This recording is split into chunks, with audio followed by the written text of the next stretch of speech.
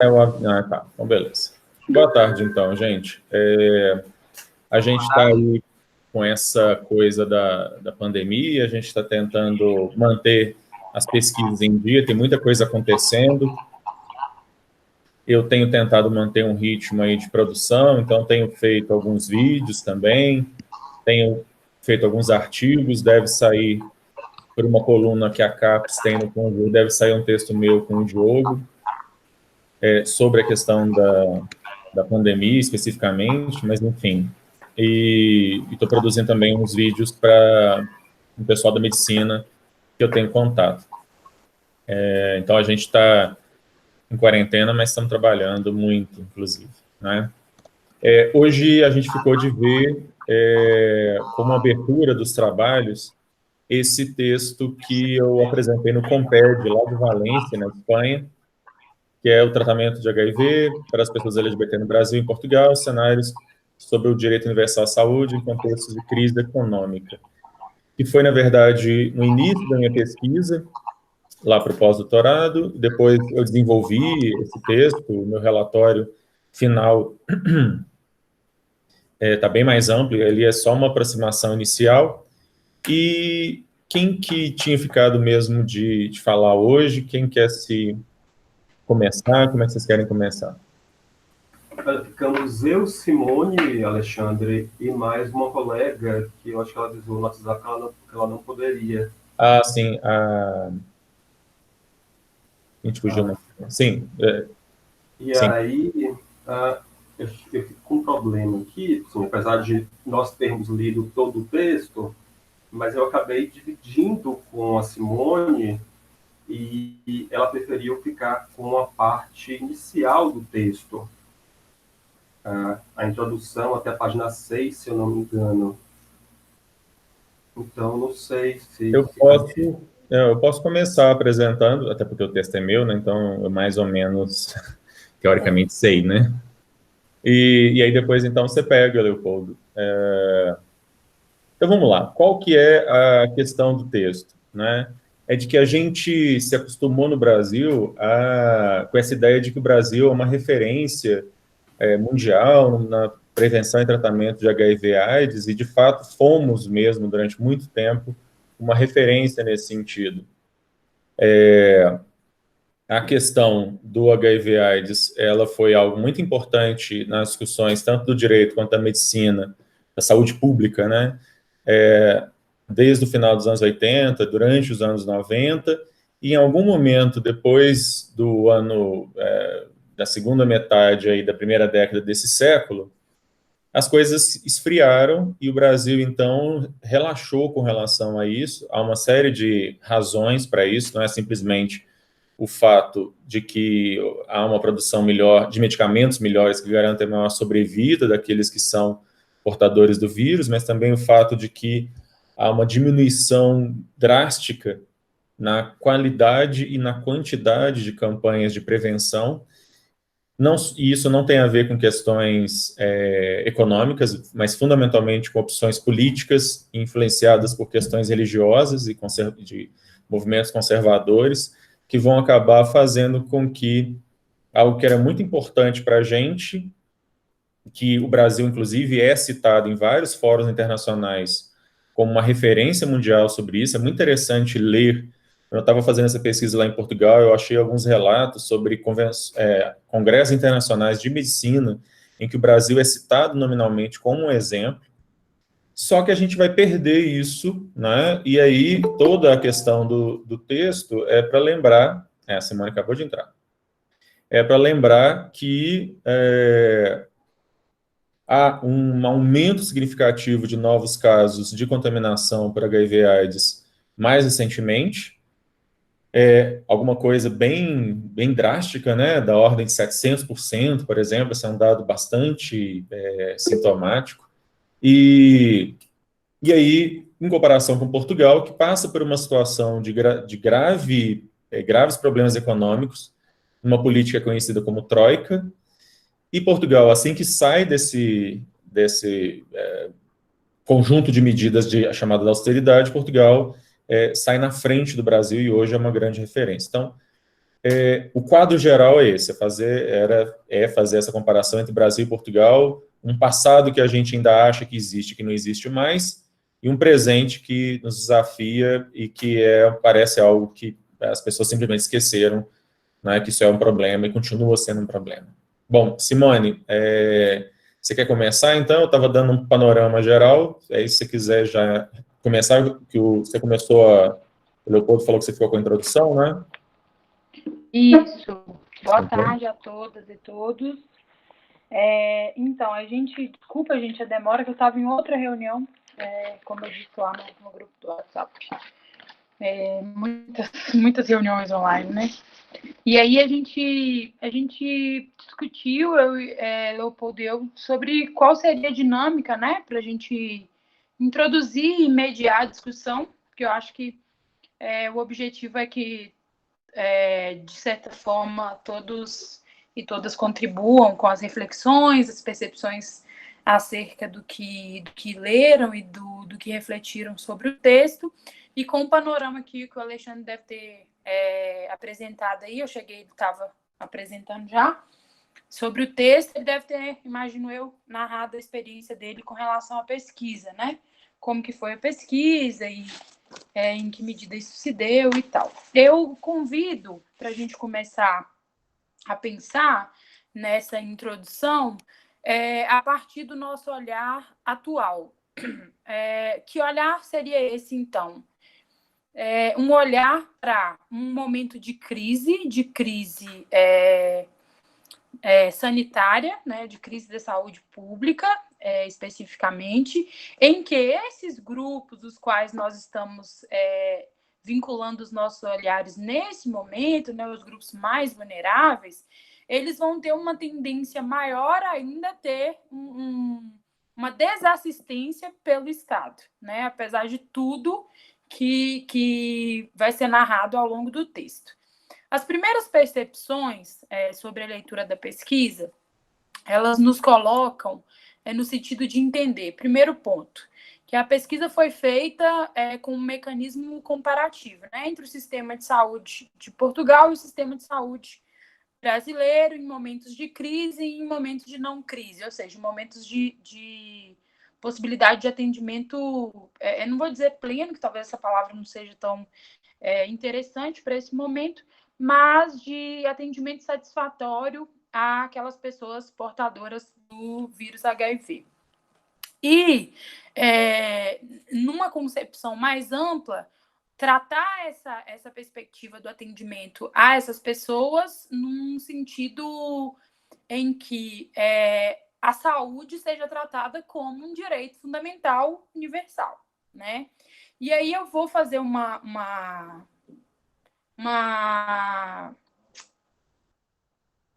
indicação do que eu penso com relação aos direitos humanos, e nessa reflexão isso me veio muito à tona, que é no sentido de nós tratarmos os direitos humanos nessa perspectiva, na leitura desse trabalho, na leitura dessas nossas pesquisas, na leitura da condição com as quais as pessoas vulneráveis têm sido tratadas pelos sistemas de saúde, no sentido de que os direitos humanos possam vir a ser uma linguagem, né? A forma com a qual nós reclamamos direitos e garantias fundamentais.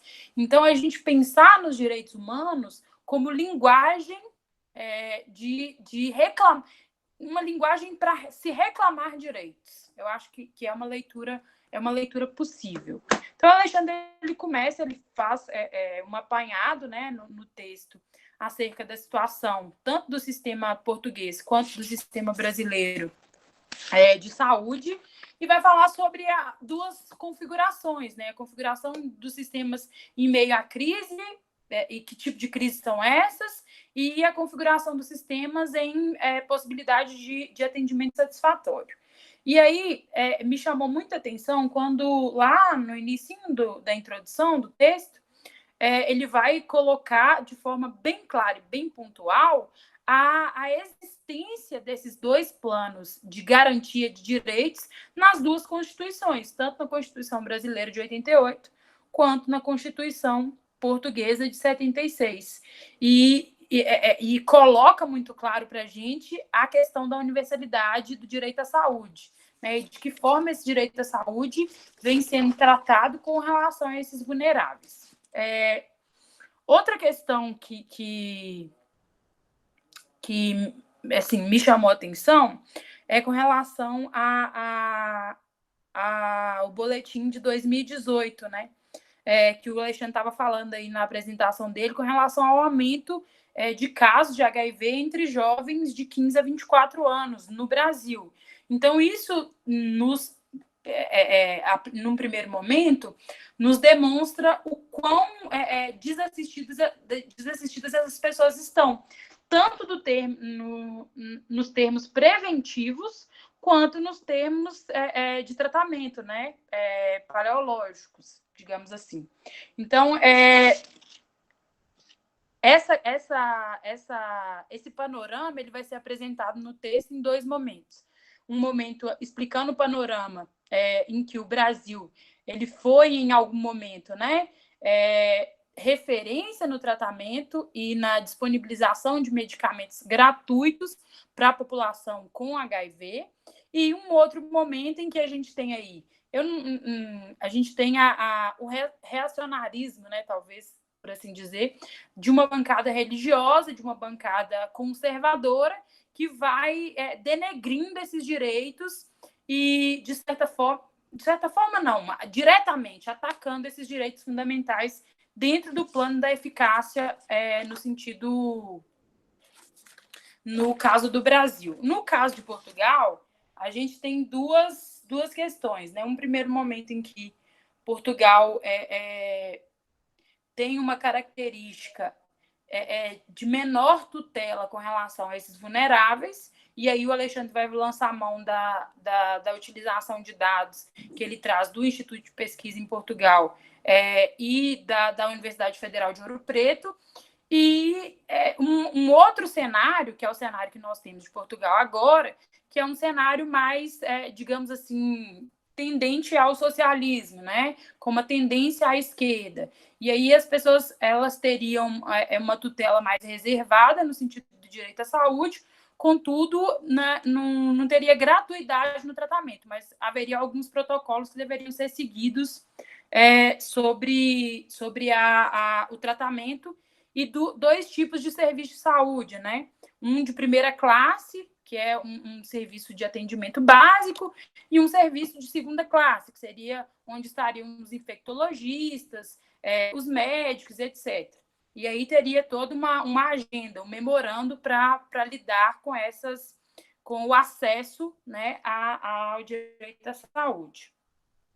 E aí eu achei bem legal, do ponto de vista assim, estrutural do texto, o Alexandre falar sobre a questão do retrocesso na política do Brasil, em termos de avanço que nós tivemos em determinado momento, e agora a gente vem seguindo numa decaída assim, ao abismo mesmo, por conta de toda essa ascensão, né, de uma bancada religiosa, uma bancada conservadora, uma bancada tradicional. E quais foram os resultados desse retrocesso, que são justamente esses dados que ele apresenta aqui, né? Desse aumento absurdo de casos de jovens com HIV. E qual é a questão que nos chama a atenção? É que, necessariamente, quem são essas pessoas que mais sofrem, que mais são acometidas pela infecção quanto a esse vírus? Justamente aquelas pessoas que estão na faixa de vulnerabilidade e assistência do Estado, né? Apesar do direito à saúde ser um direito e garantia fundamental, disposta constitucionalmente, mas isso não tem sido levado em consideração nos trabalhos do nosso legislativo. E a perspectiva do Sistema Nacional de Saúde de Portugal ter sido uma perspectiva tendenciosamente gratuita, apesar dessas taxas, né, da cobrança de taxas acerca de determinados serviços, que seriam taxas em que, supostamente, e aí o Alexandre, na intervenção dele, poderá falar melhor sobre isso, poderiam ser pagas, as pessoas teriam condições de pagar essas taxas, né? E aí eu e o Leopoldo fizemos da seguinte forma: a gente dividiu o texto em duas partes, eu fiz essa introdução e ele vai falar um pouquinho mais sobre a segunda metade do texto. Depois disso, a gente vai abrir para as participações e aí a gente faz intervenções pontuais nas dinâmicas de reflexão. Beleza? Obrigado, Simone. Eu só vou retomar, antes de prosseguir, eu vou retomar só um ponto que provavelmente você abordou, mas a gente provavelmente vai discutir sobre ele quando a gente abrir para as discussões. É que eu vejo algo que, a princípio, seria positivo para o Brasil e negativo para Portugal, que foi a revisão constitucional portuguesa. Eu acho que a segunda revisão, acho que foram 7 revisões que a Constituição portuguesa já teve. A própria Constituição abre a possibilidade, obedecendo alguns requisitos, para que essas revisões ocorram.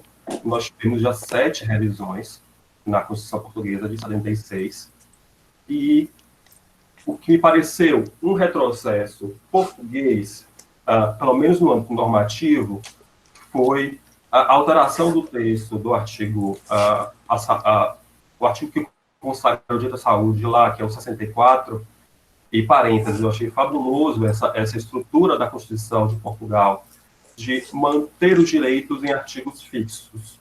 Então, você mantém o artigo do direito à saúde na Constituição deles é o 64, e continua sendo o 64, mesmo com as revisões subsequentes. Mas qual foi essa alteração do texto original para a segunda revisão? É que o texto original previa o Serviço Nacional de Saúde como universal, geral e gratuito.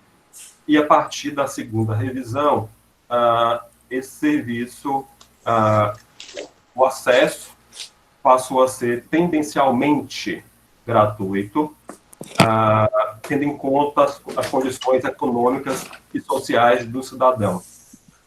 Então, são parênteses que eu acho que pode parecer um retrocesso, mas a conjuntura dos fatos, a ascensão ao poder de um governo com certos compromissos mais progressistas, conseguiu superar isso que poderia ser entendido como um retrocesso no âmbito normativo. Podemos ter isso no Brasil? Não. A princípio, não. Já que o direito de saúde estaria compreendido, ou seria entendido como cláusula pétrea, ou ainda é entendido como cláusula pétrea hoje. Então, só fiz uma retomada, que eu acho que é um ponto que pode ser interessante a gente discutir, e sigo no texto para remeter às origens do enfrentamento da epidemia ou da pandemia de HIV/AIDS no Brasil, lá na década dos anos 80, e a participação efetiva que teve no início desse processo, ou impulsionadora desse processo, das ONGs.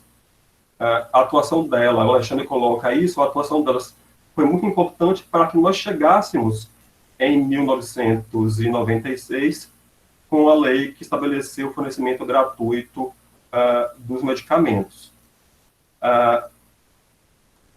Qual um primeiro problema que surge para mim, ou na minha visão, a partir disso?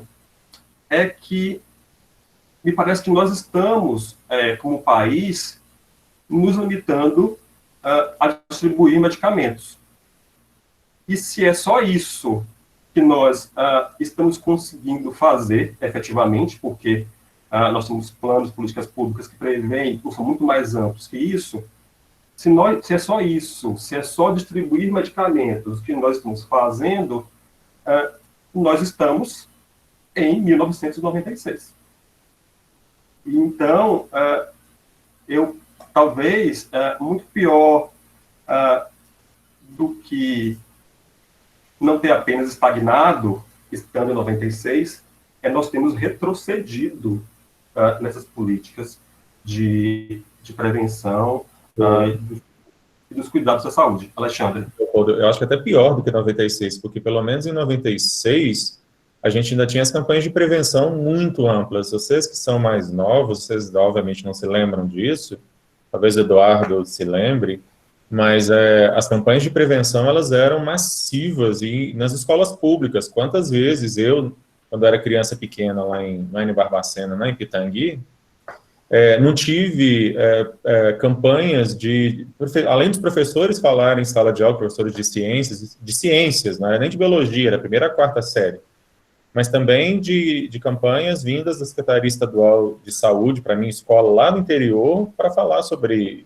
prevenção de HIV/AIDS, quando eu já estava no, antigamente chamado segundo grau, né, no ensino médio, como se fala hoje.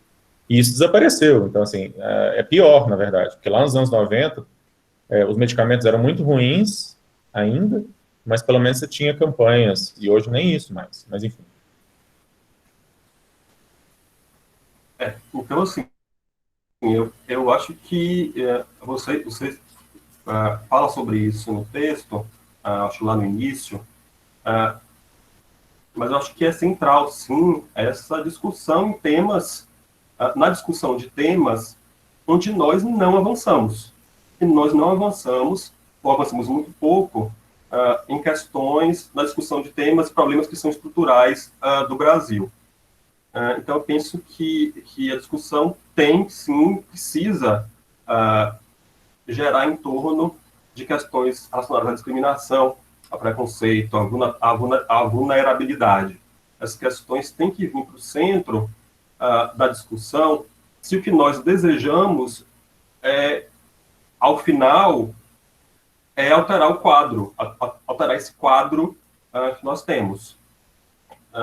E porque a atuação dos grupos políticos ligados a certas denominações religiosas, que é um dos dois eixos que Alexandre estabelece como centrais da pesquisa, o econômico, essa questão da ascensão da bancada religiosa conservadora na política, me parece que a atuação deles está centrada nesses temas relacionados a preconceito e a discriminação.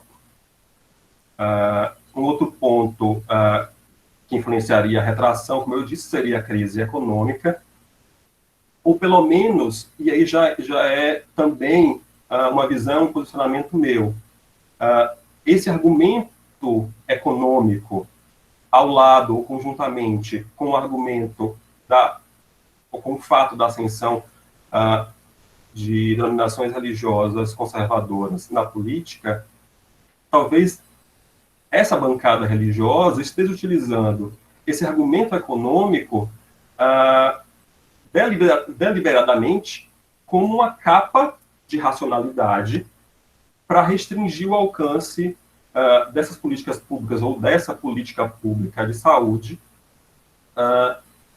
não por razões econômicas, mas para fazer impor suas próprias crenças e concepções, que eu entendo que não são, ou não podem, ou não devem ser universalizáveis dentro do paradigma que nós vivemos, que é o de Estado democrático de direito. Então, como resultado dessa conjugação dos dois eixos, ou dos fatores, o religioso e o econômico, o que a gente tem, como Simone já falou, é a redução, o aumento no número de infecções e a redução do acesso, ou no acesso ao tratamento, que eu acho que também é algo que nós podemos evoluir na discussão, nas formas como vem se dando essa redução no acesso ao tratamento.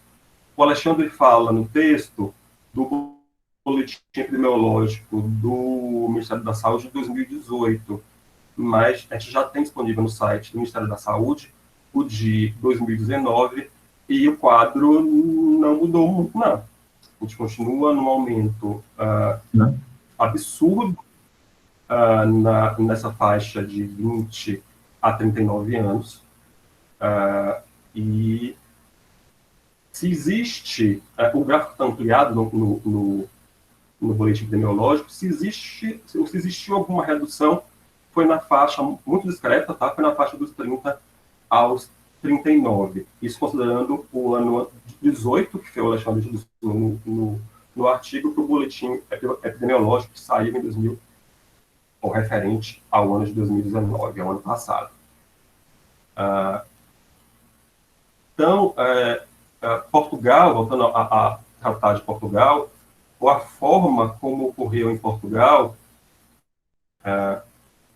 esse tratamento, essa condução da política de saúde para as pessoas LGBT, no que tange ao HIV, que é o que a gente está discutindo, parece demonstrar, mais uma vez na minha visão, que a justificativa de crise econômica para ter havido essa retração, na minha posição, não cola.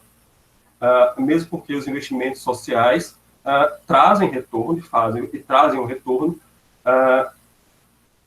que, além de consolidar o direito de acesso universal à saúde, também traz um retorno na linguagem, que é a linguagem que o mercado entende.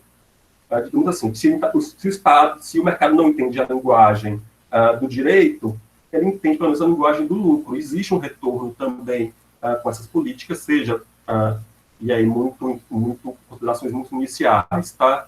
De permanência da pessoa no emprego, produzindo, com menos afastamentos, licenças, faltas, e com bem-estar que a gente pode considerar, pelo menos a princípio, que tem um reflexo na sua própria produtividade. Então, repito, eu acho que é mais um ponto a gente discutir, que, para mim, esse argumento, e Portugal demonstra isso, que o argumento econômico para justificar a retração não é um argumento minimamente plausível, eu diria. Então, saindo de Portugal, atravessando o Atlântico para o Brasil, parece que para o Brasil, que já foi referência nessas políticas de prevenção e enfrentamento de HIV/AIDS, Portugal pode ser um exemplo a ser seguido. E o que me parece, Alexandre, que você quer demonstrar quando trata Portugal como exemplo a ser seguido é especificamente com relação a esse eixo econômico. Um exemplo, inclusive, ou como exemplo, inclusive, o exemplo português, de respeito à ciência, de investimentos na universidade, ou se não quisermos falar, não quisermos limitar a universidade, que a gente use um termo mais amplo, falando em educação e em pesquisa, que me parece que é um investimento que não tem sido... ou que não são setores que têm sido muito apreciados, ou que não têm sido muito caros no Brasil, que a gente tem visto hoje. E aí não é que eu penso que haverá uma transformação ou mudanças, ou a partir desse ponto é que eu penso, e não teria, na minha condição, como pensar de forma diferente, que não vai haver transformações, não vai haver mudanças com atuações baseadas em achismo ou em corrente de WhatsApp ou postagem de Twitter. Desculpa, está sendo meio que um desabafo, tá, gente, pelo que a gente está experimentando. Mas também não é que eu ache que... não é que eu pense que haverá mudança de rumo na nossa política de saúde ou qualquer outra política pública que deve ter como fim, ou cujo objetivo final é a transformação social, ou que busque uma efetividade dos direitos que nós já consagramos normativamente. Os direitos estão aí. A Constituição trata da universalidade do direito de saúde, está lá. O que a nossa distância é com... Nós nos distanciamos da efetivação desses direitos, de que a gente tanto fala. E eu não acredito que essa efetivação vai ocorrer se o direito continuar olhando só para o seu próprio umbigo. Tá? Só direito não resolve, e o texto, Alexandre coloca isso no texto, de forma muito clara, já passando para a discussão da metodologia. Ele também citou isso no nosso encontro anterior, no primeiro encontro, sobre a abordagem disciplinar que a pesquisa tem, que essa pesquisa tem, com as contribuições que vêm principalmente da saúde. A Simone também abordou esse ponto no início, mas não só na saúde. A possibilidade e o desejo de que outras ciências contribuam também para as pesquisas, ou com o direito. E também nos traga as impressões e as necessidades da população. E quando eu falo população como um conceito no qual nós estamos incluídos. Porque, se a gente está falando de política, é a política pública que é para todos, e que tem reflexo na vida de todos. Talvez num grau menor hoje, mas no futuro talvez pode ter um reflexo maior. Talvez, se houver alguma variação, vai ser só de grau dos reflexos do modo em que nós somos afetados hoje ou amanhã. Então, não deve haver cegueira na pesquisa, deixa isso claro, já que as políticas de saúde não são herméticas, e a política de saúde LGBT, nesse recorte da pesquisa, para pessoas LGBTI HIV positivo, como recorte, apesar do recorte, não está limitada a homens cis, gay, trans ou travestis. Tá? A política, eu não sei se me fiz claro, mas a política não está limitada a um grupo específico. Apesar de quererem fazer parecer, e talvez seja esse o exercício que a bancada evangélica no Legislativo faz, de querer parecer, ou fazer parecer que é uma política voltada e limitada a homens cis, gay, a trans ou travestis. Seguindo, o texto coloca como objetivo da pesquisa o estabelecimento de um retrato da saúde pública do Brasil, se muito bem tratou disso, no Brasil e Portugal, com esse enfoque, que eu já falei agora há pouco, do tratamento, política de saúde, do tratamento HIV/AIDS para pessoas LGBTI, o levantamento de dados, deve buscar essas questões relativas ao conhecimento e ao acesso aos meios de prevenção e tratamento, a pesquisa realizadas principalmente com as pessoas LGBT HIV positivo, mas também com quem está na ponta do sistema, que são os profissionais de saúde, tá? Médicos, enfermeiros, assistentes sociais, todo mundo que está na ponta do sistema, que é quem tem o contato direto com essas pessoas que são o foco da pesquisa.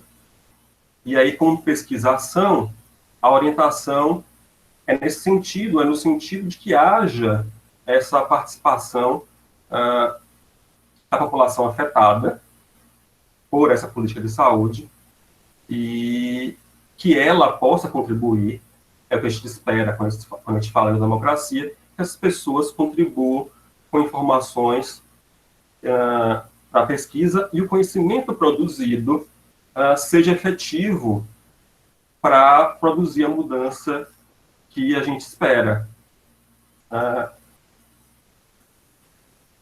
Então, é nesse ponto que acho que o Rainer pode contribuir muito bem com essa questão. Tem um texto recente de vocês, né, Rainer, de você, Alexandre Vitória, de pesquisação, se não me engano, mas eu acho que esse é uma diretriz importante da pesquisa, da participação dos afetados, de quem está na ponta do sistema também. Rainer, quer intervir?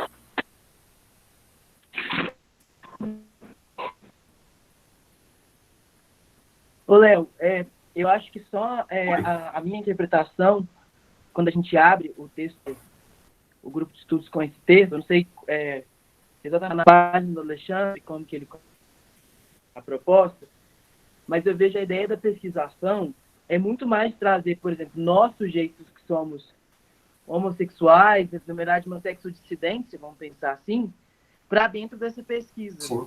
E não necessariamente homens soropositivos, mulheres soropositivas, para mostrar que essa questão é uma questão, quando a gente trata da saúde, ela é uma questão que afeta a nós. Ela é intimamente ligada com aquele sujeito, no caso, sujeito a gente, todo homossexual, e não só essa população específica, mas pode ser também como eu interpreto e também como eu vejo a nossa ideia da pesquisação, que é a criação desse grupo, que é, por exemplo, criação de atividades relacionadas, mas aí eu acho que é uma percepção minha já, entendeu? Mas eu concordo com o que você está dizendo. Entendi. Mas é só, para mim, só o público é diferente, sabe? É que assim, eu não pensei como restrição, e o texto não me pareceu nem conduzir nesse sentido, de restringir para grupos específicos. Mas eu penso que, por afetar de forma diferente um mesmo grupo, entendo que a política afeta de forma muito diferenciada a mim e a um outro gay que seja HIV positivo e já esteja fazendo uso especificamente do sistema, não apenas para a prevenção, mas também no tratamento. Mas também foi a forma como eu compreendi. Eu acho que é um ponto a mais para a gente discutir também. Deixa eu só... Mas se você pensar ali, por exemplo...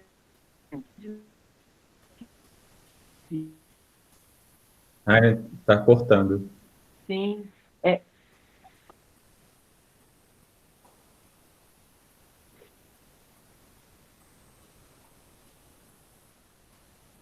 Só enquanto o Rainer tenta voltar aí, porque eu acho que o dele travou.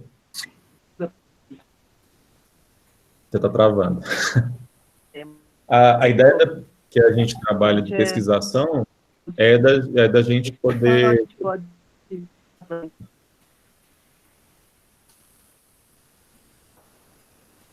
Oi? É da gente ver, em primeiro lugar, o nosso objeto de pesquisa não como objeto, mas como sujeito de pesquisa, né? Ou seja, a gente não está trabalhando com... A gente trabalha com pessoas, e as pessoas não podem ser tratadas como se fossem um monte de ratinho de laboratório, né? E aí, o direcionamento da pesquisa é para a população LGBTI+, como um todo, não só quem está infectado, mas também todos, mas é claro que dentro desse grupo maior existe um recorte muito específico, que são pessoas que são mais atingidas do que outras. Então, por exemplo, dentro da população LGBTI, com relação especificamente ao HIV/AIDS, você tem um recorte muito específico com relação a pessoas travestis e pessoas dentro da sigla LGBT que são profissionais do sexo, não necessariamente travestis, mas enfim, que são pessoas que têm uma alta vulnerabilidade, uma vulnerabilidade muito maior do que um gay de classe branco, de classe média. E aí esse é um conceito que é trabalhado, por exemplo, pela OMS, né? A Organização Mundial da Saúde, quando ela vai produzir os documentos dela sobre HIV/AIDS, ela vai falar, obviamente, não mais nem grupo de risco, nem comportamento de risco, mas ela vai falar em vulnerabilidades que estão relacionadas ao que ela chama de grupos prioritários, ou populações-chave.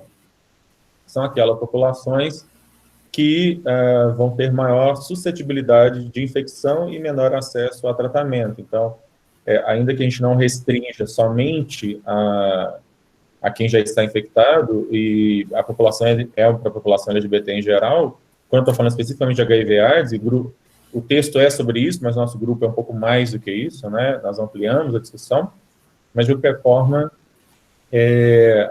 a gente sabe que dentro desse grupo existem populações e grupos que são mais vulneráveis e são mais suscetíveis do que outros. Então, é isso. Já partindo para a finalização e a gente começar a discutir, só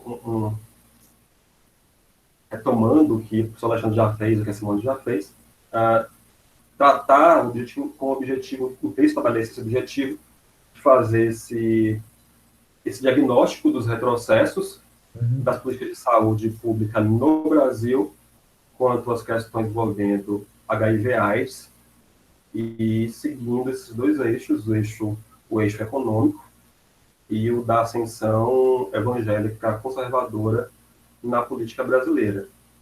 E aí, abrindo para pontos que que eu entendo que a gente precisa discutir, mas não necessariamente nesse momento, mas eu só quero colocar um insight que veio no momento da leitura, e também diante da atuação do presidente Donald Trump, que ontem ou hoje, nesse contexto de epidemia que a gente está vivendo, a epidemia do coronavírus, mas com permanência da epidemia do HIV/AIDS que a gente ainda enfrenta, a atuação dele no sentido de cortar o financiamento à OMS. E eu imaginei, eu tratei a questão da universalidade no atendimento à saúde que existe no SUS e existe no SNS português. Tentei ampliar esse conceito de universalidade para um âmbito que não se restrinja ao aspecto nacional. Eu acho que a gente tem que ter compromisso e estados que estão numa posição, que são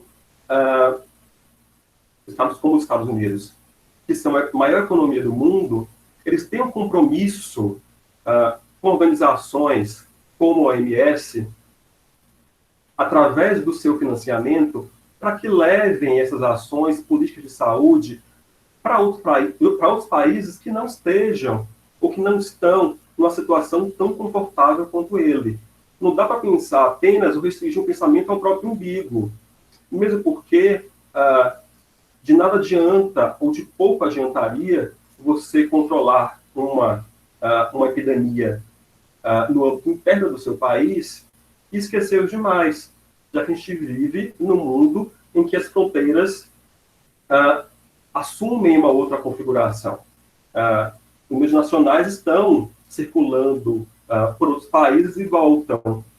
Então, para usar o exemplo do momento que é o coronavírus, ou a questão do momento que é o coronavírus, não adianta eu investir em saúde só no meu âmbito interno nacional e esquecer os restantes, porque controlo aqui, mas daqui a 3, 4, 5 meses o nacional meu vai e volta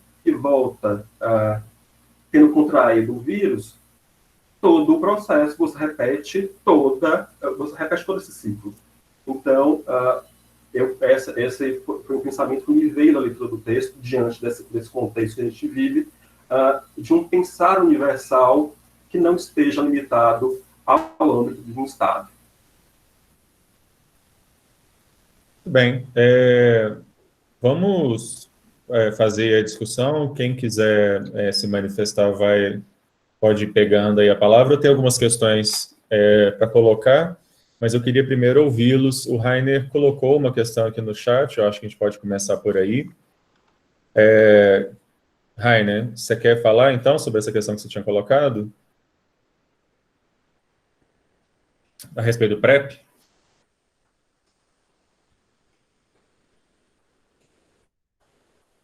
Acho que ele está com um problema na internet dele também. Rafael, depois.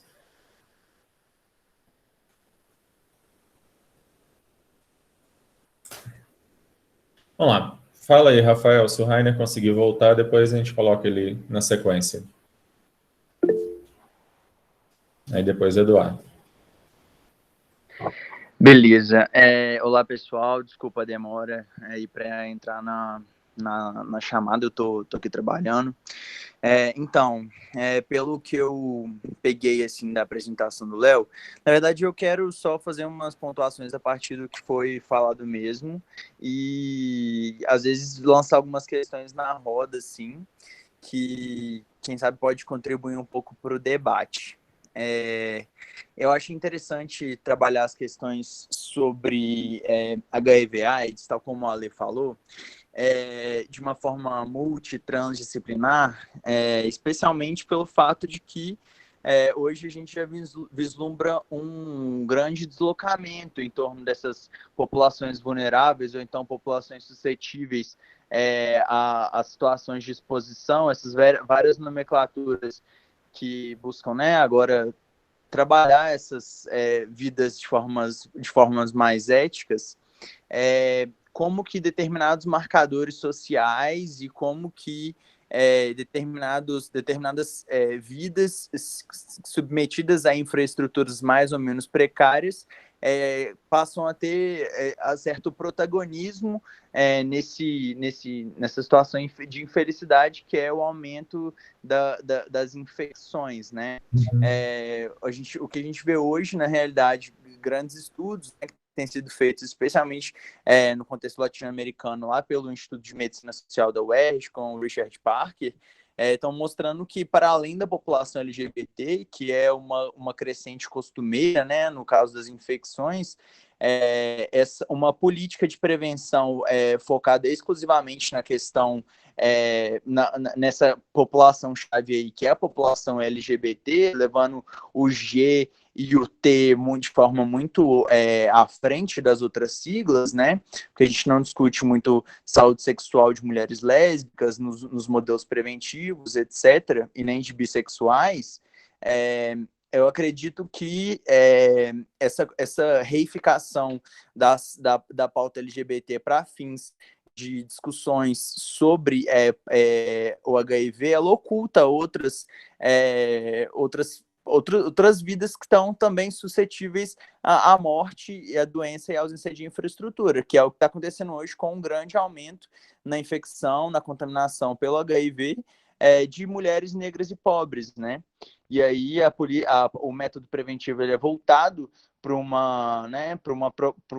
tipo de população, enquanto ignora uma crescente que escapa esse enquadramento da sexualidade, né? E abarca a raça, e abarca a classe, e abarca o gênero. Então, acho que é bastante interessante a gente analisar, tal como o Ale pontuou e o Léo pontuou também, como que a saúde e como que a interseção entre o direito e a medicina, especialmente a medicina social, podem aproximar as soluções de uma forma da complexidade social e política que estão envoltas nesses problemas, assim.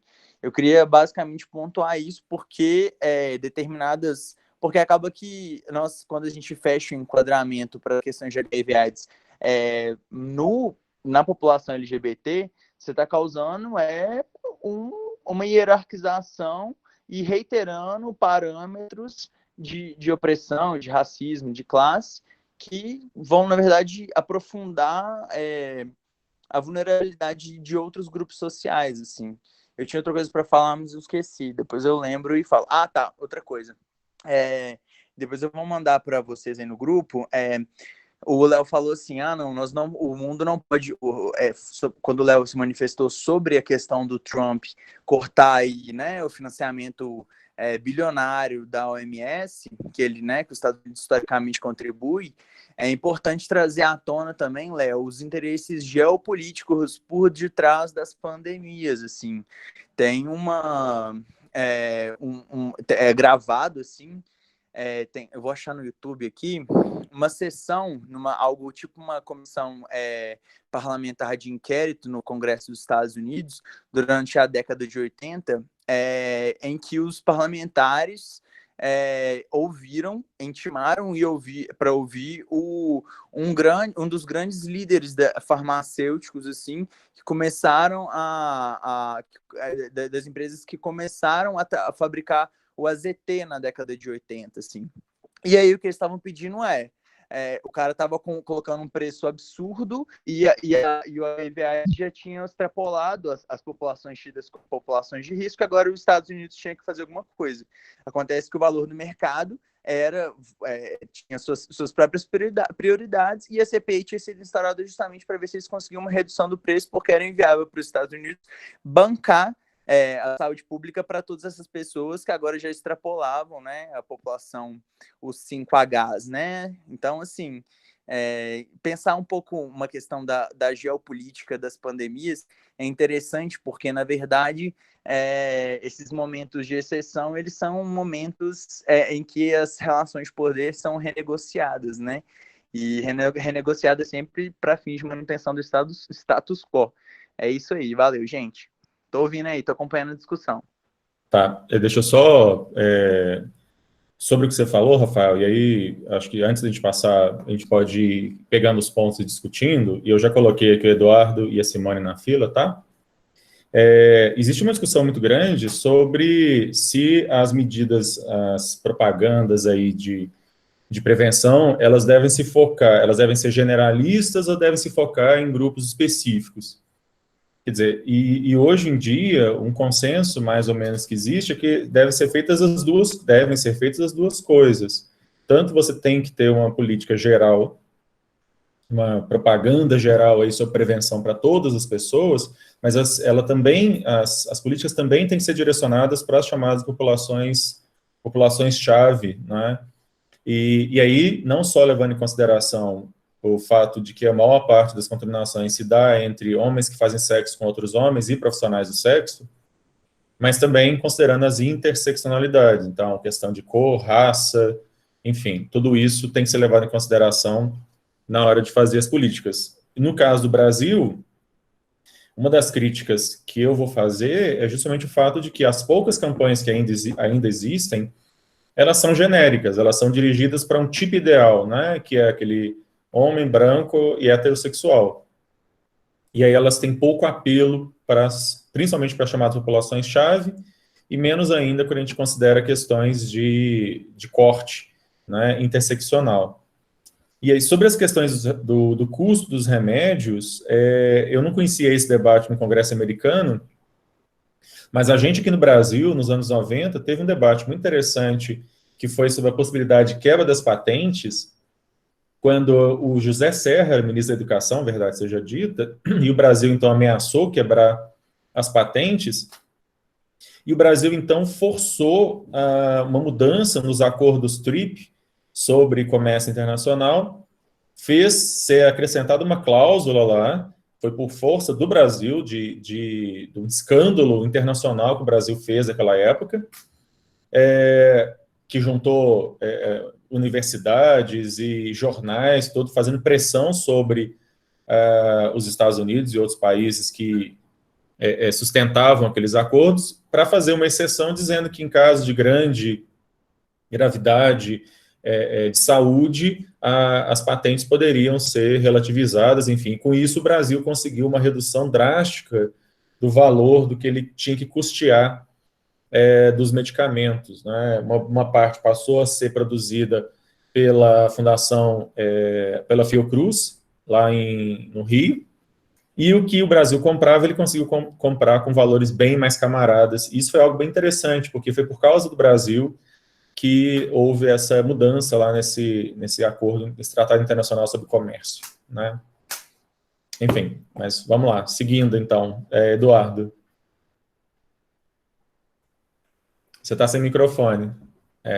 Religa o microfone. Você tem que religar o microfone, Eduardo.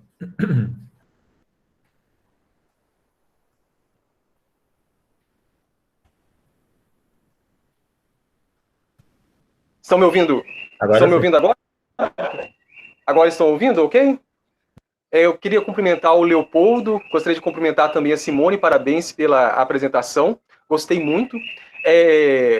Aproveitando tudo aquilo que já foi discutido até o momento, e principalmente no que a Simone fala sobre diminuição do investimento, um retrocesso na preservação e nas campanhas para prevenção, na verdade, né, do HIV/AIDS, a prevenção das infecções sexualmente transmissíveis, até então conhecidas como doenças sexualmente transmissíveis, e colocando ainda um terceiro ponto, que é a gravidez não planejada. O atual governo, o que ele vem fazendo? A Damares, aquela da questão de Jesus na goiabeira, ela lança agora, dia 4 de fevereiro de 2020, coadunando com uma lei que o Bolsonaro, logo quando ele entrou, é uma lei que fala da Semana Nacional de Prevenção da Gravidez na Adolescência. Ela lança uma campanha que tudo tem seu tempo. O foco da prevenção da gravidez na adolescência, apesar dela falar que o foco é só gravidez na adolescência, ela usa, quando ela fala em entrevista sobre esse tema, ela usa uma expressão claramente moralista, porque ela fala que é prevenção do sexo. Ela usa o termo sexo ao invés de ato sexual e fala em prevenção do sexo numa hora que ela considera que eles consideram errado. Então, o que está acontecendo? Tem se confundido política pública de atuação em relação às doenças sexualmente transmissíveis e à gravidez não planejada com um moralismo político muito intenso. Além de advogar, eu advogo há 5 anos, mas eu leciono tanto ciências quanto biologia para educação básica já há quase 20 anos. Então, dói na minha carne, pegando um gancho com o que o professor Alexandre falou, eu tive o prazer de me formar em ciências biológicas num tempo que havia uma expansão de direitos e havia também um foco não moralista. Você, enquanto professor, o que você deveria, e você tinha até essa possibilidade, você poderia apresentar, e eu, no meu caso, apresento até hoje, tanto o preservativo quanto o anticoncepcional. Eu abordo o tema ato sexual, sexo e sexualidade com total abertura. Mas hoje existe uma tentativa de restringir a liberdade que os professores e as professoras podem abordar o tema. Eu trabalho de forma livre, não me preocupo com isso, mas a gente não pode esquecer que, queira sim, queira não, como a política pública sobre o tema mudou, nós temos uma série de pessoas que vão se formar nas universidades, principalmente naquelas privadas que vão seguir mais uma linha conservadora, uma tendência de abordar essas temáticas de forma diferente. Hoje, nós ainda tentamos trabalhar, mas a forma que é trabalhada é mais por um ou outro levantando bandeiras. Não temos mais uma política pública estatal no sentido de abordar infecções sexualmente transmissíveis, gravidez não planejada, HIV, AIDS, dentro das infecções de forma geral, uma ênfase na mais grave, né? HIV, AIDS como política pública, o que me entristece profundamente, porque eu sei que, na verdade, o que nós podemos, eu enquanto professor, posso fazer é muito limitado àquele público que eu consigo impactar. E fora isso, quando a política estatal vai ao contrário disso, o professor falou uma coisa, mas eu vi na televisão que tudo tem seu tempo. E para as pessoas que não obedecerem esse tempo, não é? Como é que vai ficar? Mostrar a camisinha e mostrar como ela deve ser usada é importante, sim. A gente tem que reduzir bastante o moralismo e pensar e focalizar na saúde que a gente pode trazer para essas crianças, para esses adolescentes e para o público LGBTI como um todo também. Obrigado por me ouvirem, parabéns, Leopoldo, e parabéns, Simone, parabéns, professor Alexandre, pelo texto. Obrigado, Eduardo. Simone.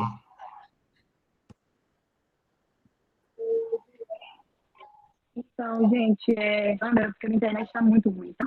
Para utilizar.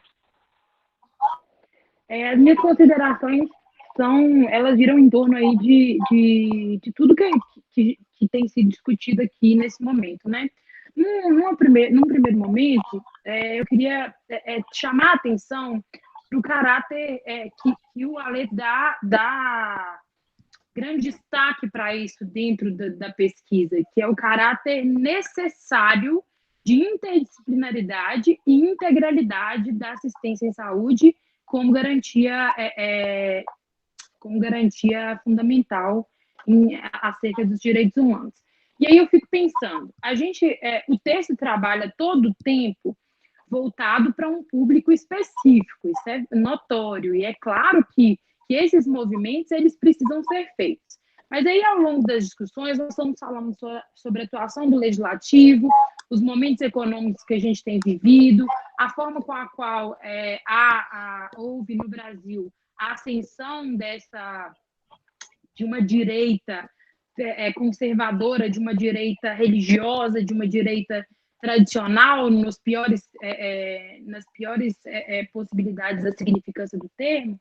Então, a gente precisa pensar, retomando esses dois conceitos de interdisciplinaridade e integralidade, no sentido de pensar que, olha, o que o legislativo, nessa perspectiva religiosa e tradicional, tem feito para desviar, né, toda a atenção a esses públicos vulneráveis, principalmente no caso a assistência do HIV/AIDS, dentre outras DSTs. Eles têm se utilizado de uma política que é dizer, olha, isso é uma luta identitária, não é um problema de saúde pública, quando, na verdade, nós precisamos inserir de forma, claro, dentro dos lugares em que nós ocupamos, e mesmo nas nossas demandas aí, jurídicas, inserir essa demanda enquanto uma demanda de saúde pública. Porque, na verdade, não é uma demanda identitária. É como falar, olha, se você, com relação ao Covid, olha, se você ficar em casa, você está prevenindo tão somente a tua saúde, não a de uma coletividade. Então, eu acho que é muito importante nós pensarmos dentro dessa chave leitura que o texto nos proporciona, que é essa leitura a partir desse conceito de integralidade, de interdisciplinaridade. E como que a gente vai pensar esse texto, como que a gente vai pensar essa pesquisa, como que a gente vai pensar essa vivência, né? Porque já que é uma pesquisa insersiva socialmente, a gente vai pensar isso através das chaves de leitura interseccionais que o Alê citou na fala dele. Então, para mim, é imprescindível que nós não esvaziemos as lutas identitárias, mas que nós façamos um movimento para trazer essa discussão enquanto um problema de saúde pública, não é um problema de um grupo, porque fica parecendo, ao invés do contrário, que nós não, né, no sentido geral social, a gente está culpabilizando o grupo LGBTQ+, por serem os portadores das possibilidades de desenvolverem ou de se acometerem pelo HIV/AIDS.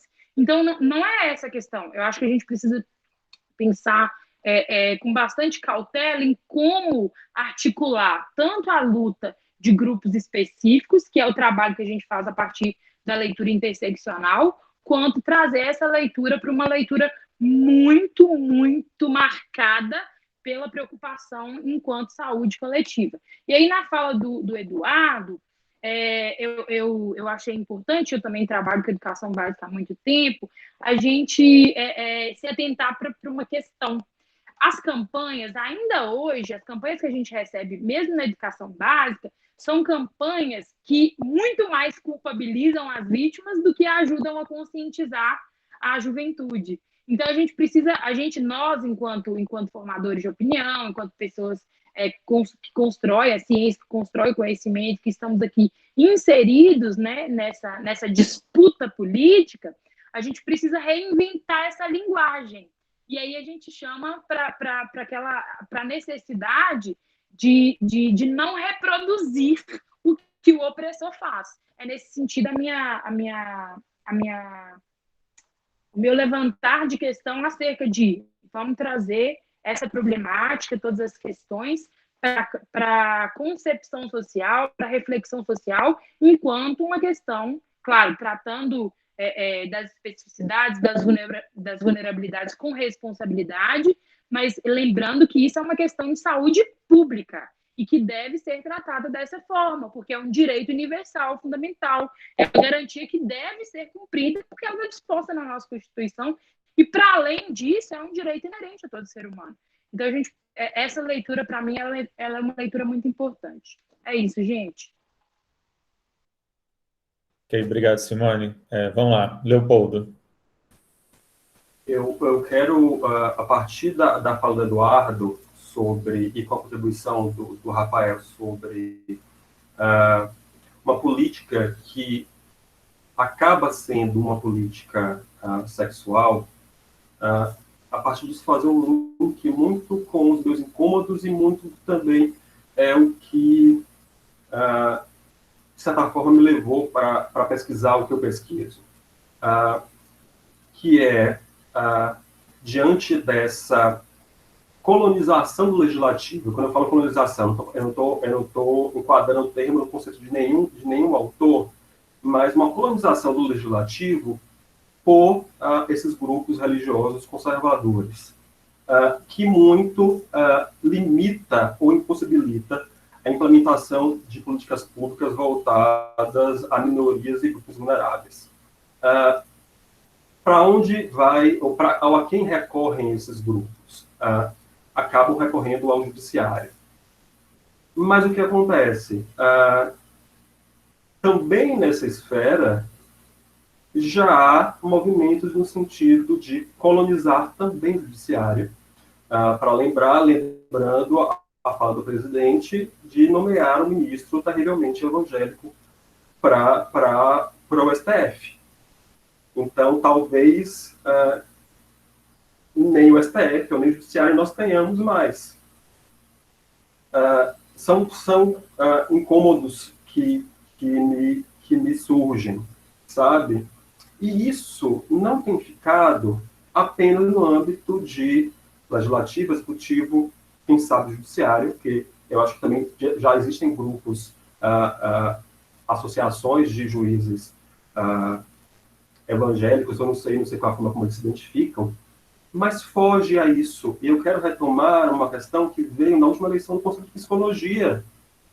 Você teve a participação efetiva da Damares na eleição do Conselho Federal de Psicologia, com um objetivo muito claro, que era de liberar as intervenções à popular cura gay, de que se permita isso, apesar de a gente ter da homossexualidade ter saído do rol de doenças da OMS há muito tempo. Mas, enfim, ou seja, eles não estão... Essa participação, tentativa de influência de setores conservadores não está apenas no legislativo, executivo e judiciário. A gente tem uma ampliação dessa atuação desses grupos. E aí eu vou pensar, Simone, uma fala sua, que é a preocupação em que a gente, como grupo, não reproduza na luta as mesmas atuações ou a mesma forma de atuação do opressor. Concordo. Mas eu penso a partir disso, eu sei que você não falou nesse sentido, tá? Como eu tomei, foi só o start para o meu pensamento.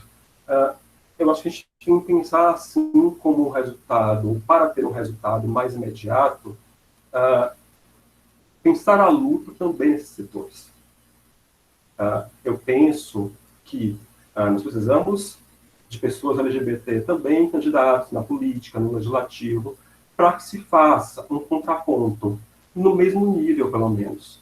Porque a discussão, pelo menos no mesmo nível, não existe.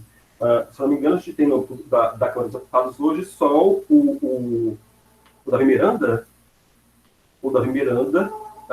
que era suplente do Jean Willis, que renunciou ao cargo nas condições em que ele foi levado a renunciar. Então, eu acho que faz parte, talvez não da pesquisa, mas eu acho que é algo que tem que estar no pensamento de quem está na luta LGBT, pensar também nessas articulações para se fazer presente também nessas esferas de tomada de decisão.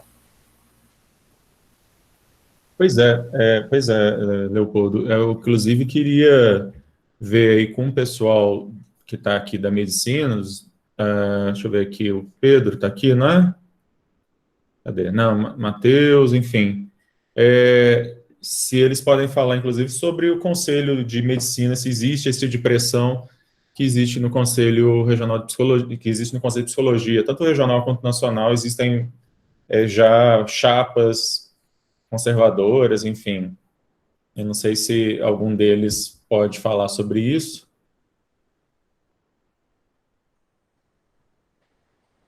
Se vocês estão por dentro aí, podem falar. O Pedro, Matheus. Você sabe alguma coisa sobre isso? Porque no caso da OAB, a gente é conservador babaca mesmo, desde sempre, enfim, não tem muita salvação, não. A gente faz alguma coisa de resistência em comissões, como a comissão que eu estou, a Comissão da Diversidade, da qual, inclusive, eu tive que sair do fórum lá de coordenadores da OAB, porque é uma coisa horrorosa o nível das discussões ali no pessoal da OAB. Mas dentro da Comissão da Diversidade a gente já tem algum espaço. Eu não sei se no caso da medicina a coisa está tão ruim quanto no caso do direito. Se vocês quiserem falar sobre isso. Enfim. Quem mais? Alguém mais quer trazer alguma questão? Porque daí eu queria só chamar a atenção para algumas coisas, porque esse texto foi um texto muito inicial. E a partir dele, eu continuei a pesquisa. Então, eu queria só chamar a atenção para algumas coisas que foram aparecendo durante a pesquisa, até para a gente depois retomar. Eu achei muito legal, Leopoldo, essa questão que você trouxe da segunda revisão da Constituição Portuguesa. Eu vou até olhar esse texto depois. Mas, de qualquer forma, depois que termina o período da Troika lá em Portugal, eles abaixam muito as chamadas taxas moderadoras, que é como se fosse aqui a nossa coparticipação. Quem tem plano privado, né, de saúde tem a possibilidade de ter lá aqueles planos de coparticipação.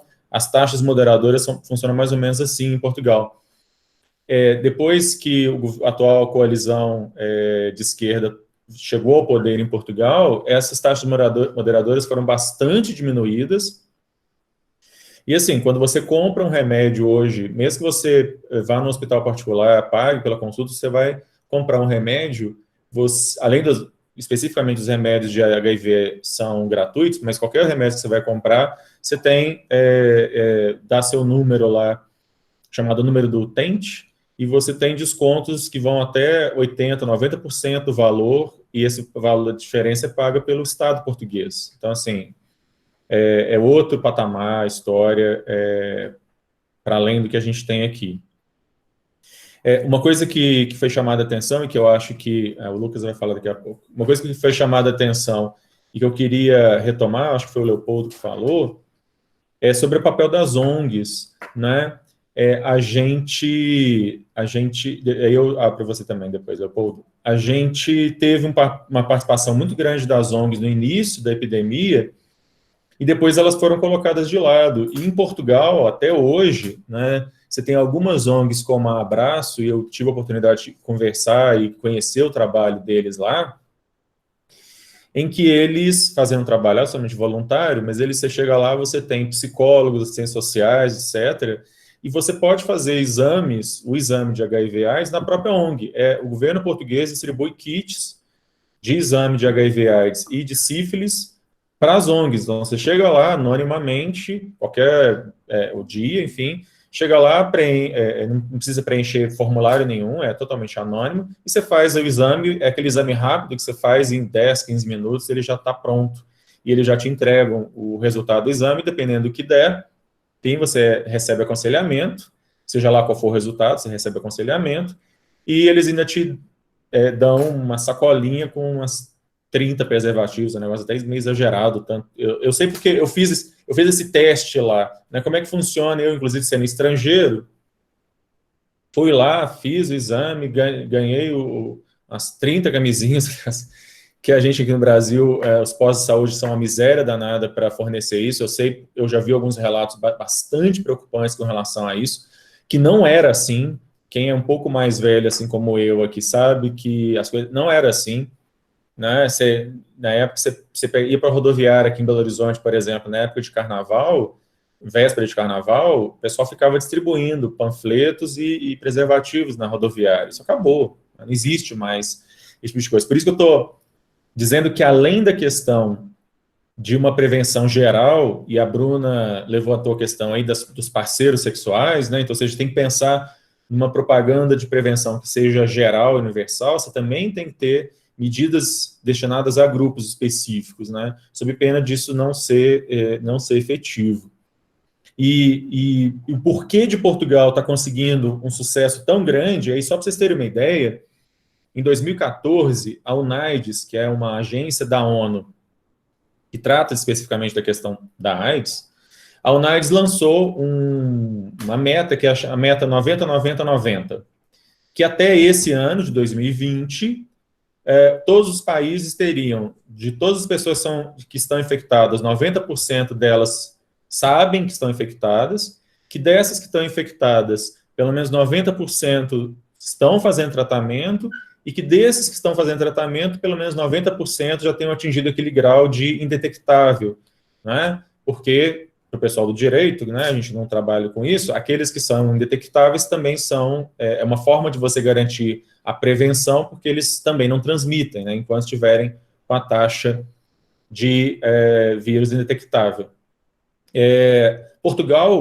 Portugal, que tem uma economia algumas centenas de vezes menor que a nossa, claro, uma população muito menor e mais homogênea, mas de qualquer forma, Portugal atingiu essa meta o ano passado, atingiu essa meta em 2019, no começo de 2019. No Brasil, que nós ainda teimamos em achar que é uma referência, a gente só conseguiu chegar a um desses 90, que é o 90% das pessoas que estão infectadas estão fazendo tratamento. Nós não conseguimos nós nem sabemos, na verdade, quantas pessoas estão infectadas, porque o nosso índice do primeiro, ele é menos de 80%, e também o índice de pessoas que são indetectáveis está bem abaixo de 90%, está em alguma coisa em torno de 80 e poucos por cento. Então, a gente tem um déficit muito grande de algo que foi abandonado.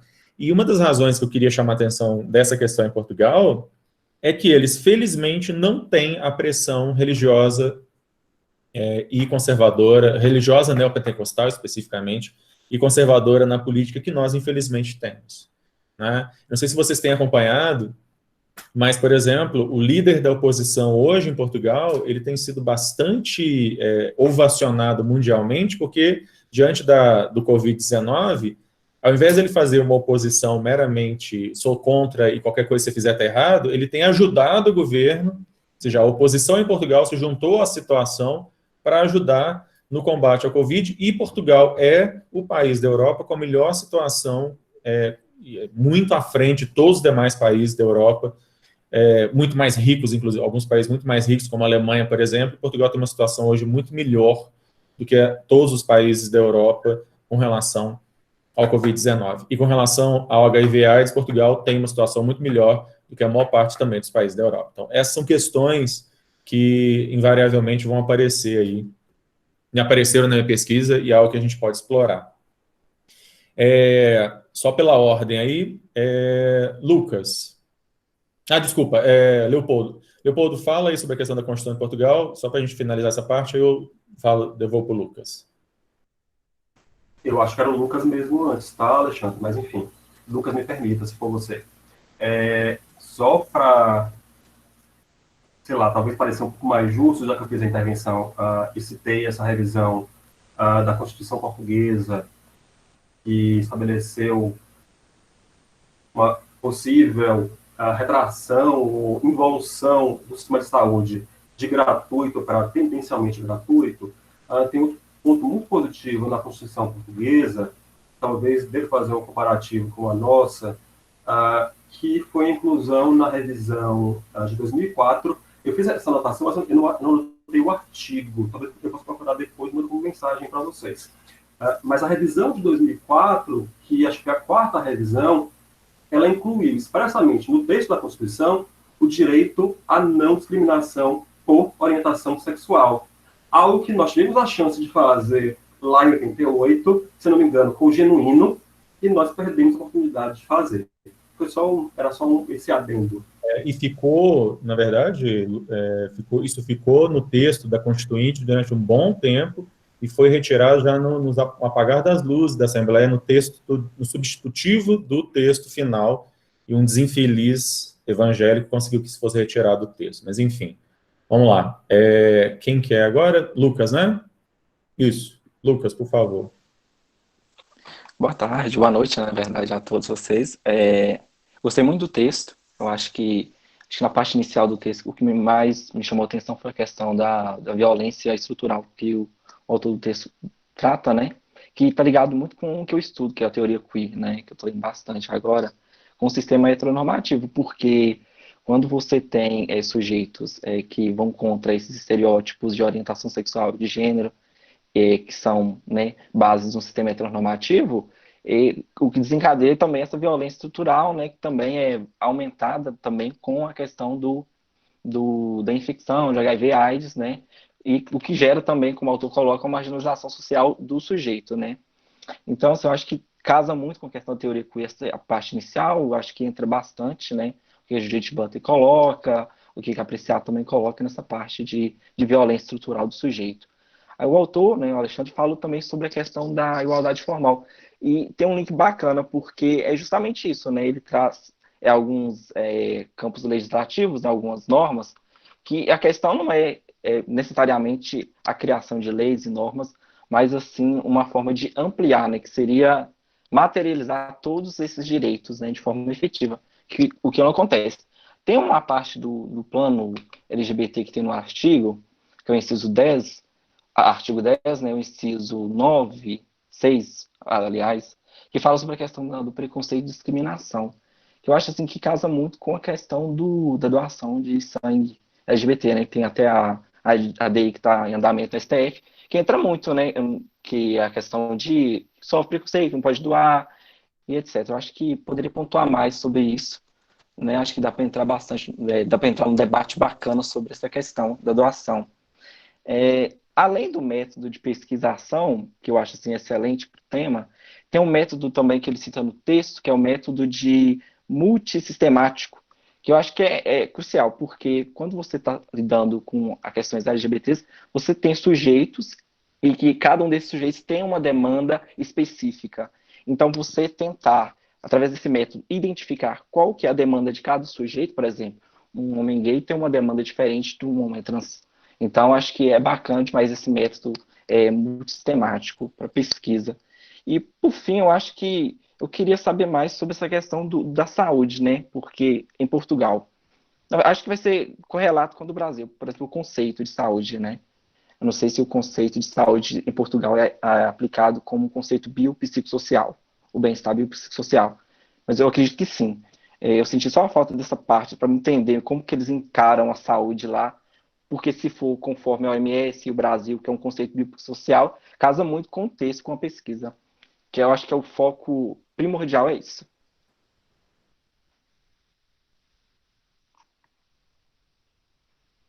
Eu estou com o microfone desligado. Realmente é o mesmo, é a mesma ideia. A ideia de saúde não como ausência de doença, mas como uma condição de bem-estar e pleno desenvolvimento da pessoa, enfim, essa ideia biopolítico-social que é adotada pela OMS. E eu acho que essa questão da doação de sangue é algo que nos toca, nós aqui do grupo, né, bem particularmente, porque é algo que ainda mostra uma situação de discriminação estrutural que a população de homens que fazem sexo com homens, né, e travestis, enfim, e LGBTs em geral sofrem. Então, acho que é um tema que a gente pode lançar a mão dele mais para frente, talvez esperar a decisão do Supremo, se ela sair por agora, ou se não, retomamos de qualquer forma. Mas, enfim, eu acho que são temas que a gente precisa voltar para eles, voltar a eles. Ok, Rafael. Beleza, eu só queria fazer uma colocação em cima da fala do Lucas e falar um pouco dessa ação também, que eu vou ter oportunidade, que eu tô tendo a oportunidade de trabalhar com o pessoal do CADIR, do Centro Acadêmico aqui da UNB, que está como amicus curiae nela. Já teve o voto do relator, se eu não me engano é o Marco Aurélio, foi uma decisão bastante interessante que o grupo de pesquisa aqui em Direito Constitucional e Teoria Queer está utilizando até para fins de auxílio da minha própria pesquisa, né, uma demanda minha como meu orientador, mas em relação à sua fala, Lucas, a teoria queer, ela é bastante importante nessas discussões sobre aspectos sociais e políticos do HIV/AIDS, justamente pelo fato do momento em que surge a teoria queer, né? Os movimentos LGBT, especialmente diferentemente do Brasil, em que a teoria queer saiu da academia e foi para os movimentos sociais, nos Estados Unidos, a teoria queer veio dos movimentos sociais movimentos gays, lésbicos, principalmente, né? E depois, com a homossexualização da pandemia do HIV/AIDS, foi obrigado a se reinventar a partir de novos parâmetros identitários, justamente para buscar romper com o processo de estigmatização que fazia com o retrocedente, né? Afinal de contas, o HIV, o ápice do HIV vem em 85, mais ou menos 83, 89, se não me engano, péssimo com datas, no momento em que o mundo estava vivendo a efervescência das revoluções sexuais, né?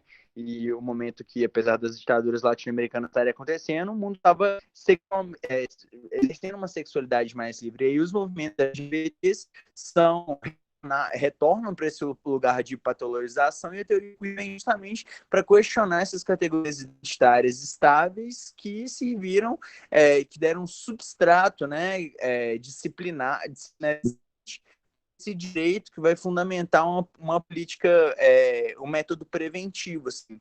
Então, acho que pensar, igual você citou, o Preciado, né? O Preciado vai trabalhar muito como que essas questões, especialmente se você utilizar a questão do passo a passo dos antirretrovirais, até a gente chegar nessa tecnologia que é o PrEP, como o modelo preventivo ele vem baseado em determinados, se você parte de uma análise sociológica e antropológica, como que ele vem baseado no modelo antipromiscuidade, que era o modelo de discurso religioso e político no que diz respeito à direita, principalmente, né? Que essa propaganda ela se tornou uma política pública, né? Então, eu acho que trazer crítica queer às discussões dos métodos preventivos e até o papel do direito de saúde, né? É bastante interessante e nos ajuda a desconfiar um pouco das políticas identitárias por detrás desses clínicos morais, assim. Eu acho que é bastante interessante se seguir por esse caminho mesmo. Estou à disposição, eu tô pesquisando isso no meu doutorado, viu, ô Lucas? A gente pode conversar.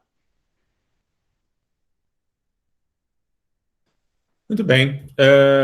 Quem mais? Quem quer ponderar mais alguma questão a respeito do texto de hoje ou de inquietações que andou tendo, enfim, com relação à nossa temática, ou a gente pode já caminhar para uma conclusão? Desculpa, quem? João. Diga, João. Lendo o texto aqui, eu fiquei pensando,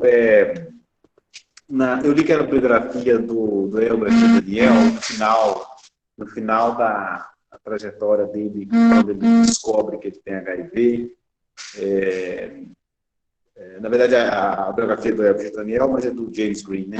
E aí ele entra numa discussão com o Louis Mott, porque ele acreditava que as políticas públicas em relação à prevenção do HIV deveria considerar as pessoas que eram HIV positivas, não criar um pânico geral na sociedade contra o HIV de forma a criar um estigma, né, em relação às pessoas que fossem portadoras.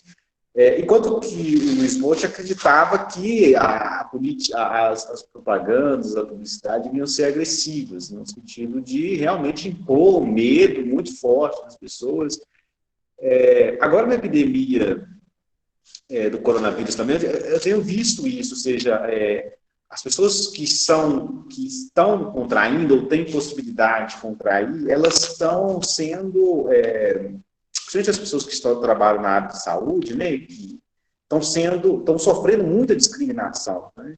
E parece que é o básico do karma, a pessoa que tem o vírus, o coronavírus, né? Ou seja, as pessoas estão querem distância o máximo possível, acha que ela não é digna dos direitos mais elementares, né? Isso com relação as políticas públicas que estão sendo criadas, elas podem incorrer nesse problema, eu acho, né? Que, na minha visão, eu compartilho do Herbert Daniel. Isso, na verdade, o Herbert Daniel, acho que tinha essa posição antes mesmo de contrair, né? Não foi porque ele contraiu, ele mudou essa concepção dele. Acho que antes dele, de contrair, ele já tinha essa concepção e tinha uma crítica forte à política que estava sendo desenvolvida, a propaganda, na verdade, estava sendo desenvolvida pelo governo, né? Porque isso pode ter um efeito que é estigmatizar mais, ou seja, associar diretamente a doença a um certo público e fazer com que aquele público se torne culpabilizado, etc., né? Certas práticas. Então, eu acho que tem esse risco também, ou seja, a política pública também deve voltar a humanizar as pessoas, né? Ou seja, não pode ser o meio pelo qual nós vamos usar essas pessoas como criar um pânico geral na sociedade em torno dessas pessoas, né? Eu acho que tem que ser uma política também humanitária, né? Aquelas pessoas que também têm o vírus, enfim, que elas também tenham a sua dignidade respeitada. Porque havia, e ainda há, mesmo essas políticas públicas que havia, eu acho que, eu me lembro um pouco na escola também, dessas, eu já estou com 32 anos, então, eu me lembro dessas políticas, e eram políticas muito agressivas, ou seja, parecia que era o fim mesmo, ou seja, se você contraísse, era praticamente a morte, ou seja, você vai morrer se acontecer isso com você. E isso é muito ruim, né? Muito ruim. É basicamente isso que eu queria pontuar. Pois eu acho que tanto o que o João e o Rafael falam são dilemas que a política no Brasil de saúde viveu. Porque, por um lado, houve esse acolhimento da pessoa soropositiva, ou seja, nós temos que acolher, não é o fim do mundo, você vai conseguir ter uma vida mais ou menos normal e tal, mas isso também causou, de certo lado também, de certo modo, essa coisa de que, ok, então o HIV não é mais um problema, não é mais algo com que a gente precisa se preocupar, enfim. E isso é um dilema quase que insolúvel. O que a gente deve fazer, se é uma coisa ou se é outra, né? Ou seja, de um lado a gente não pode criar uma política de pânico, que era o que eu via quando eu era criança. Era praticamente assim, era meio que automático. Um homem que fizesse sexo com outro homem, automaticamente já estava infectado com HIV. Era meio que decorrência de um sexo gay, você automaticamente estar infectado. E era uma sentença de morte. Aí a gente tinha figuras, quer dizer, eu ainda era muito criança, mas eu me lembro muito vagamente de coisas como o Cazuza morrendo, quer dizer, isso era algo bastante complicado. Por outro lado, ou seja, a maneira como a medicina vai lidar com isso, de acolhimento e enfim, de desestigmatizar, talvez também seja responsável por uma falta de responsabilização e de responsividade também dessas novas gerações frente ao vírus. Então, a gente tem que tentar achar aí um caminho que seja um caminho, uma terceira via aí, que não seja nem uma coisa nem outra. Ok. Mais alguém? Pois é, Eduardo. Foi se vocês procurarem aí, tem uma capa da Veja, algo bizarro, uma capa que a Veja fez no começo dos anos 80, com o Cazuza, que foi uma das coisas mais estapafúrdias que já foi feito no jornalismo brasileiro, né? Ele já bastante debilitado, e a capa da Veja era a foto dele bastante debilitado, e a manchete era Cazuza, uma pessoa que agoniza no meio, na rua, uma coisa assim, bizarro o negócio. Foi bem trash esse negócio da Veja na época. Para a nossa próxima reunião, eu estava conversando com o Rainer, porque a nossa ideia é de que o grupo não fique tratando dessa questão somente do ponto de vista dogmático, mas que a gente possa ter uma perspectiva crítica, não é? E aí, eu tinha colocado a minha bibliografia até para a turma do mestrado, e aí o Rainer sugeriu de eu trazê-la para o grupo aqui, que é um texto do Tiago Leão Azevedo, que se chama Identidade, Luta e Dominação, uma análise sociojurídica do discurso pautado em categorias sexuais, à luz de Bourdieu e Foucault. Está publicado num livro organizado por mim, pelo Fernando Gomes e pelo Costa, que agora esqueci o primeiro nome dele, pelo Federico, que se chama Gênero, Sexualidade e Direitos Fundamentais para Além do Binarismo. Esse livro está disponível gratuitamente para poder baixar. Eu vou mandar o link para vocês e eu consegui, o Rainer também tem contato com ele, com o autor, e ele ficou bastante interessado na temática do nosso grupo. Ele está pesquisando atualmente questões similares às que nós estamos pesquisando, e ele tentou estar no nosso próximo encontro para poder expor o texto dele. Eu vou, em princípio, então, tentar fechar com ele para que ele mesmo exponha o texto no nosso próximo encontro, mas caso ele não tenha possibilidade aí de estar presente para apresentar o texto, eu vou sortear alguém aí para fazer essa apresentação. Alexandre. Liga, Rainer. Eu conversei com ele, ele acabou de responder meu e-mail, ele falou que vai estar presente. Mas se ele não quiser ou acontecer alguma coisa, eu assumo a relatoria, porque eu pretendo fazer esse diálogo, estou lendo já para sua matéria de novo, que estou refazendo com você, então eu assumo essa relatoria, tendo sim também de fazer provocações. Beleza. Externo, que tem muito na temática da gente, questões que vierem a partir disso, acho que seria bem legal. E vai facilitar a gente poder dialogar com ele, professor na faculdade Universidade Federal, alguma coisa assim. Então, acho que vai ser bem legal. Tem. Muito bem, pessoal. Mais alguém? Tem muita gente muito calada aí hoje. Até agora há pouco estávamos com 16 pessoas presentes. Alguém mais quer falar alguma coisa? Quer acrescentar alguma coisa? Não? Está todo mundo super cansado aí de ficar de molho em casa? Eu estou trabalhando muito, mas enfim, está tudo menos de quarentena, mas estou trabalhando bastante dentro de casa, mas enfim. Essa nossa reunião ela está gravada e depois eu vou passar o vídeo lá, eu vou pegar o link e vou passar o vídeo para vocês no WhatsApp e no Facebook para aqueles que quiserem rever, rediscutir, ver. Foi muita coisa que foi falada aqui que alguém pode ter perdido. Eu anotei bastante coisa. Enfim, e aí na nossa próxima reunião, que será, portanto, deixa eu só confirmar aqui, dia 29 de abril, né? Não tem nenhum feriado, nada disso não, né? 29 de abril, acho que é um dia normal, como qualquer outro. E aí a gente, então, no dia 29 de abril, se reencontra aí às 5 da tarde de novo. Esse horário tá tranquilo para todo mundo? Tá? Beleza.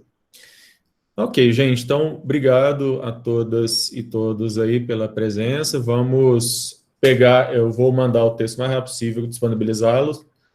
E a ideia do texto é da gente se aprofundar as discussões em outros marcos teóricos, outras teorias que fogem um pouco do nosso arroz com feijão aí, seja do direito, seja da medicina, enfim, para que a gente possa... o Leopoldo já mandou. Para que a gente possa qualificar melhor o discurso, o debate, enfim. Ok? Obrigado, então, e até dia 29 de abril, então. Tchau.